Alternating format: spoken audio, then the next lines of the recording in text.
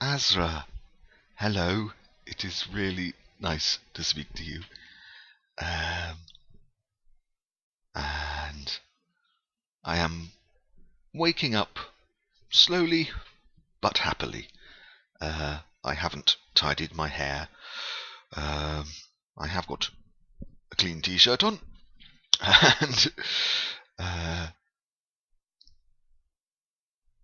and I see that we are now having a war of the hats. So here is my hat for today. Right, this is called a flat cap. It is traditionally what men in the north of England used to wear. I think it's quite nice. Um, Although, if you will wait 1 minute, hang on, I shall try to do this without falling over. I think this one will win the competition. Yours is, oops, your hat is of course amazing and very sensible in the cold weather. But can you beat this one? And this will be a disaster. I might have to take these headphones off.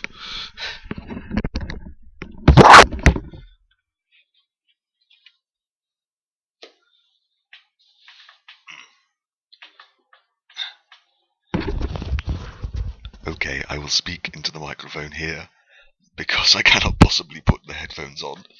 Um, yes, I used to ride horses. I loved riding horses. Um, and this hat has not been worn for many, many years, perhaps 10 or 15 years. So it's nice to put it on for you this morning.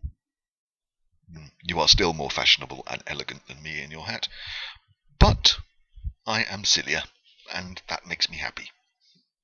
Anyway, I really hope you can hear this, because I have taken off the microphone. So I am reluctantly and sadly going to get rid of the protective headwear. And I never fell off properly. Oh no, I did fall off properly once. Sorry, I am talking too quickly and I am not logically. If you will excuse me, I will put these headphones back on. Sorry for the noise.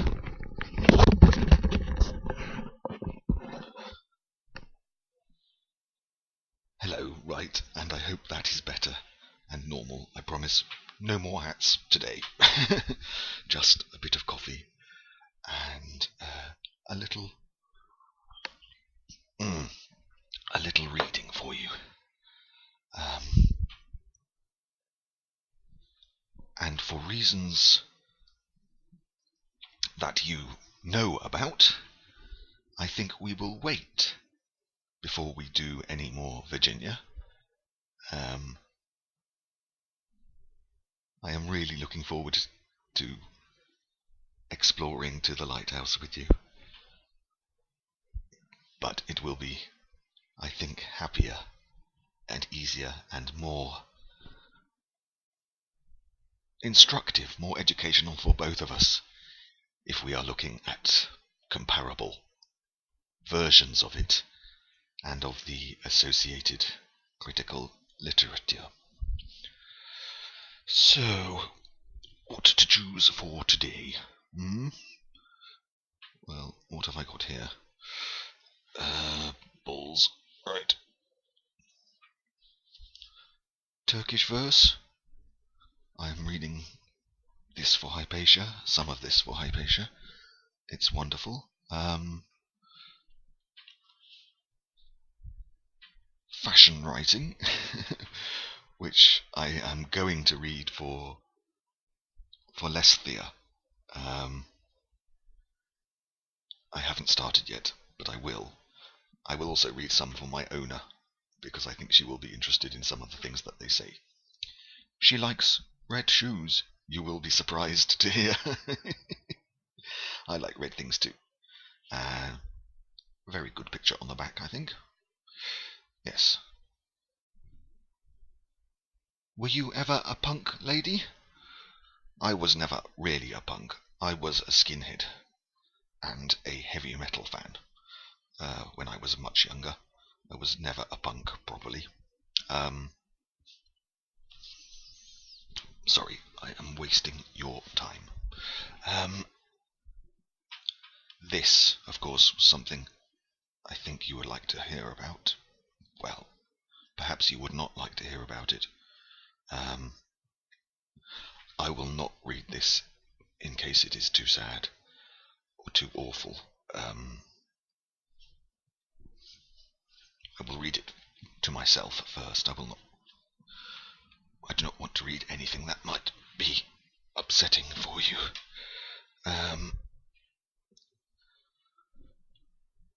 So, I am sorry. Now I am. Oh gosh, movement is not going well this morning. So, this, however, I hope will be less painful, less traumatic, and the advantage for me is that I have read this. I have not read this one, so I know more or less what it is okay to read without risking touching on nasty subjects.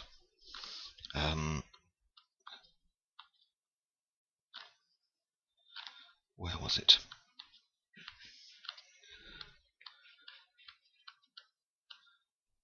So this is by a historian called Noel Malcolm.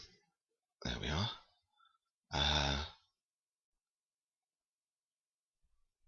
And I think it's rather good. It's not very academic. It is more what we call narrative history. Narrative history is when you write a long,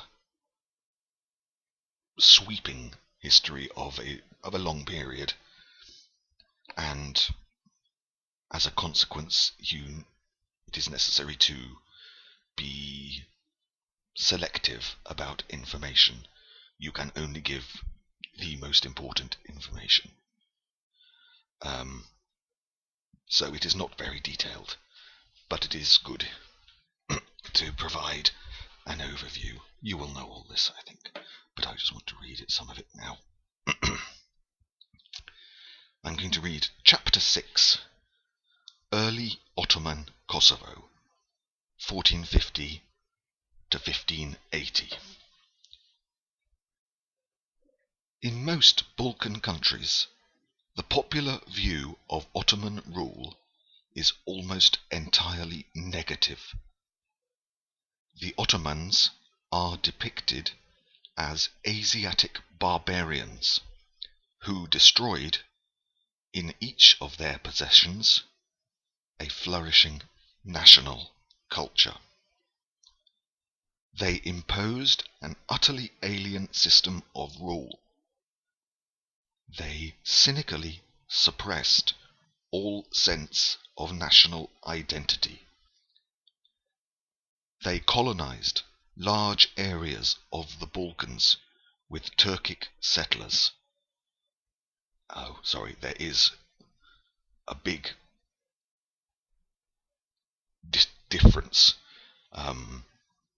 apparently, between Turkish and Turkic, Turkic. Turkic, I think, refers specifically to those people, really who came with Genghis Khan, all the way from Mongolia and the steppes of Central Asia. I will have to look into that. Anyway, sorry, that was just a little deviation.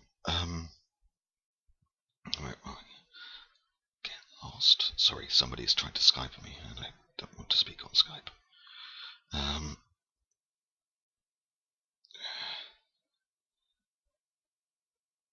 Where were we?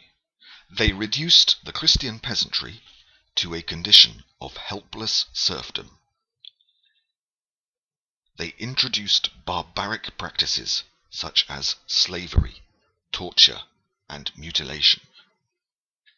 They put intolerable pressures on the local Christian churches and forced people to convert to Islam. And they showed a fanatical devotion to the principles of the Shariat, the Islamic sacred law. Oh, Sharia, obviously, sorry, yeah. Or, so we are told. All of these claims are at best misleading, and at worst completely false. It is, of course, understandable that in countries which were fighting to free themselves from Ottoman rule, in the 19th and early 20th centuries, historians, like most other intellectuals, should have been drawn into the anti-Ottoman struggle. It is also true that in the last 2 centuries of Ottoman power, there were many cases of arbitrary rule, violence, and oppression. But to project the conditions of that final period further back into the past, and to characterize the entire Ottoman system from its earliest stages as chaotic and tyrannical, is to commit a crude anachronism. Anachronism is a useful word when thinking of history. It means to subject one period in the past to the values of another period. It is an anachronism, or the adjective is anachronistic. So, I don't know, to say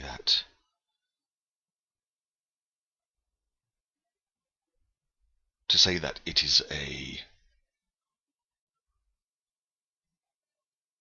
to say that men in 17th century Britain or England were chauvinists because they did not allow women to vote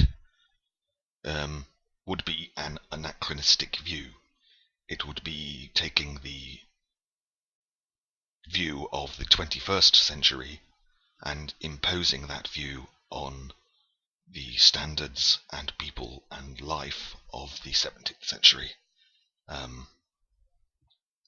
It doesn't make it right, of course, and there are various things that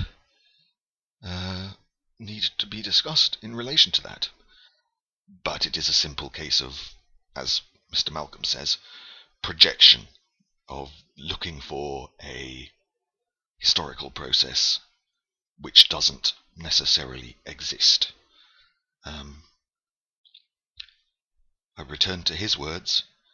The Ottoman government of the Balkans in its early years, that is, at least until the end of the 16th century, was a well-regulated system of rule, and the conditions of life it produced compared favourably in many ways with those of the rest of Europe. Far from imposing an utterly alien system, the Ottoman Empire did, in fact, preserve and develop many of the features of life, administrative, social, ceremonial, which it found in its conquered Christian states. The claim that it suppressed national identities in this early period is almost meaningless, since our modern concept of national identity had not yet begun to appear in this part of Europe. Mass colonization by Turkic settlers was an exceptional thing in the Balkans, confined to a few areas of Bulgaria, Thrace, and Macedonia. It did not touch Kosovo, Albania, or any of the Slav lands further north, far from being reduced to serfdom — serf is another word for slave. Serfdom is a form of slavery. The Balkan peasants actually enjoyed an improvement in their rights with their landlords. Slavery did exist under the Ottomans, but it had also existed under the previous Christian rulers. And, as far as torture and mutilation are concerned, the Ottoman law codes were in fact more humane than the ones they superseded. To supersede something is to come after something.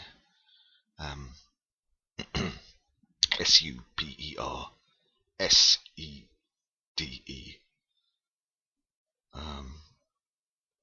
The local Orthodox churches were allowed to continue to minister to their flocks. Some restrictions were imposed, and Christians in general certainly acquired a second-class status. But forcible conversion to Islam was extremely rare. As for the Shariat law and Muslim fanaticism, the Ottoman Empire never became a narrow Islamic state, and even the sacred Quranic law was only one element in the complex legal system. And I think that is a useful way of expressing and stopping people from making assumptions about different types of peoples in that area. He seems to be a very wise man, and I'm sure he is right in what he says anyway. I know it's a difficult and almost impossible topic, but I'm glad to have read it, some of it. I hope it was useful to you. I'm sure you know everything that was written there anyway. I am going to wake up and say goodbye for now, and thank you for listening, Azra. Have a lovely day.